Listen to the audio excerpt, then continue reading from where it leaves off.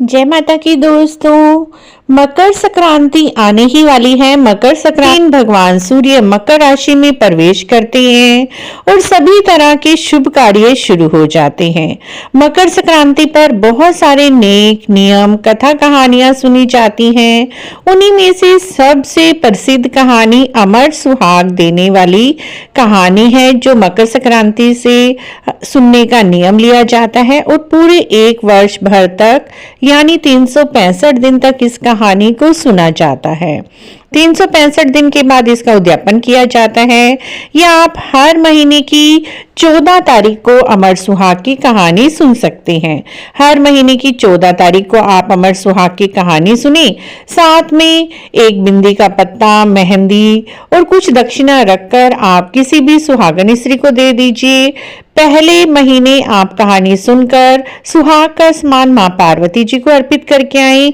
उसके बाद हर महीने जब भी आप 14 तारीख को कहानी सुने, उस समय आप किसी भी सुहागन स्त्री को एक बिंदी और हरे रंग की चूड़ियों की एक डिब्बी या लाख का चूड़ा और साथ में 1 या 2 रुपए का सिक्का बिंदी के पत्ते के पीछे लगा लीजिए, या फिर 10 या 20 रुपए साथ में रखकर थोड़ा सा गुड़ या मीठा रखकर आप उन्हें दे दीजिए। इस तरह से 14 सुहाग पिटारियां आपको पूरे वर्ष भर दान करनी होती है। एक मां पार्वती जी को, 12 आप सुहागन स्त्रियों को दे दीजिए और 14वां बायना आपको सासू माँ को देना होता है। उसमें आप साड़ी, जोड़ा, श्रृंगार का सामान, जेंट्स जोड़ा, ये सब मिनस कर और मीठा रखकर आप अपनी सासू माँ को दे दीजिए। इस तरह से अमर सुहाग की कहानी का एक वर्ष में उद्यापन किया जाता है। इस वीडियो में हम आपको अमर सुहाग की कहानी और उद्यापन विधि दिखा रहे हैं। अमर सुहाग की कहानी इस प्रकार है मित्रों। एक लड़की थी, वह बहुत ही नटखट थी और जो कोई भी आता उसी के साथ बातें करने लग जाती थी। वह अपने भाई भाभी के साथ रहती थी। एक बार उसकी भाभी किसी काम से बाहर गई हुई थी, तभी गली में चूड़ी बेचने वाला आया। चूड़ी बेचने वाला हरे रंग की चूड़ियां ले रहा था। उस लड़की को कुछ भी समझ नहीं थी और वह गली में जाकर उस मनियार से यानी चूड़ी बेचने वाले के से हरे रंग की चूड़ियां उसके हाथ में पहना दी और वह हरे रंग की चूड़ियां पहनकर घर आई। जब उसकी भाभी ने देखा अपनी ननद के हाथ में हरी चूड़ियां, तब उसने अपनी ननद से पूछा, तुमने ये चूड़ियां कहां से पहनी? तब वह कहने लगी, एक चूड़ी बेचने वाला आया था, वह हरे रंग की चूड़ियां बेच रहा था। और भी कई रंग थे, लेकिन मुझे हरे रंग की चूड़ियां ही सबसे पसंद आई और मैंने इसे अपने हाथ में पहन लिया। उस समय पुराने जमाने में हरे रंग की चूड़ियां केवल पति ही अपनी पत्नी को पहनाता था।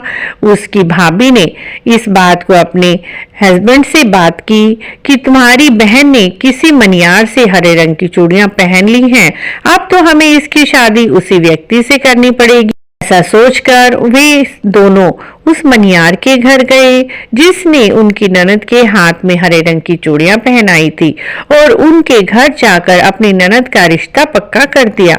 ननद बहुत ही भक्ति भाव में थी, हर समय मां पार्वती जी की पूजा करती, प्रार्थना करती और अमर सुहाग मांगती।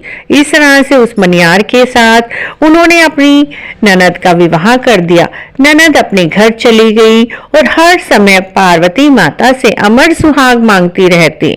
उसकी सास ने सोचा, इस लड़की की शादी जबरदस्ती से हुई है, क्योंकि गलती से इसने हरे रंग की चूड़ियां पहन ली थी। शायद इसी वजह से ये सारा दिन बड़बड़ करती रहती है। तब एक दिन सास ने अपनी बहू से पूछा, बहू तू क्या बड़बड़ाती रहती है? पूरा दिन तेरे मुंह से कुछ न कुछ शब्द निकलते रहते हैं। तब उस लड़की ने कहा, माँ जी मैं तो कुछ भी नहीं बड़बड़ाती, मैं तो सिर्फ माँ पार्वती जी से प्रार्थना करती हूँ, हे पार्वती माता मुझे अमर सुहाग देना, जब तक मैं जीवित रहूं मेरा सुहाग अटल रहे। सास ये बात सुनकर बहुत प्रसन्न हुई। अब वह हर रोज माँ पार्वती जी के मंदिर जाकर अमर सुहाग मांगती और जब तक उसका जीवन रहा तब तक माँ पार्वती जी ने उसकी प्रार्थना सुनी और उसे अमर सुहाग दिया।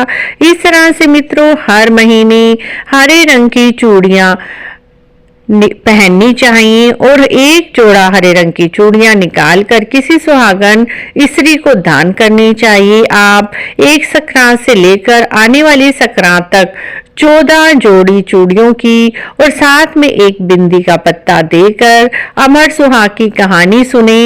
और यह जोड़े आप अपने से किसी भी बड़े को, छोटे को, किसी को भी दे सकते हैं। चाहे तो आप अपनी ननद को दे दीजिए, जेठानी को दे दीजिए, सासू माँ को दे दीजिए, देवरानी को दे दीजिए।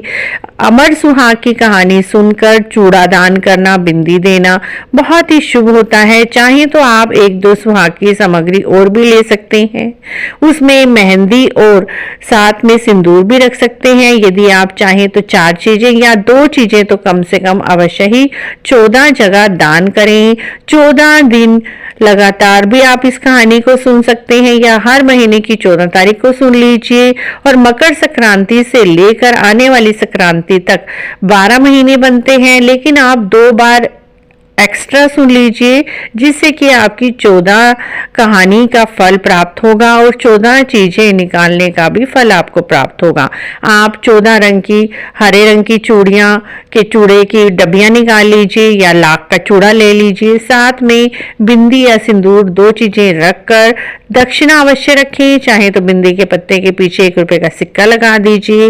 यदि आपकी क्षमता है 11, 21, 31 जितने भी रुपए चाहें उतने निकाल कर रख दीजिए और अपने से बड़े या छोटे किसी को भी दे सकते हैं।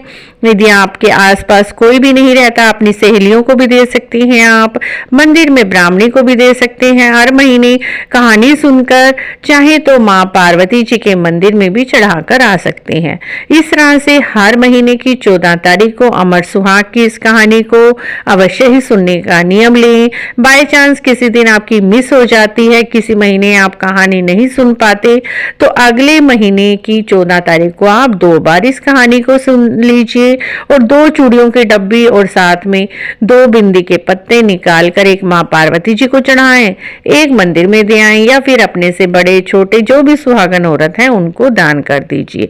इस तरह से मित्रों अमर सुहाग की इस कहानी को सुनने का आप एक संक्रांत से लेकर दूसरी संक्रांत तक का नियम ले सकते हैं। आपको अमर सुहाग की कहानी अच्छी लगी है तो प्लीज हमारे चैनल को जरूर सब्सक्राइब करें, लाइक करें, वीडियो को शेयर भी करें। कमेंट बॉक्स में जय गौरा मैया, जय पार्वती मैया अवश्य लिखें।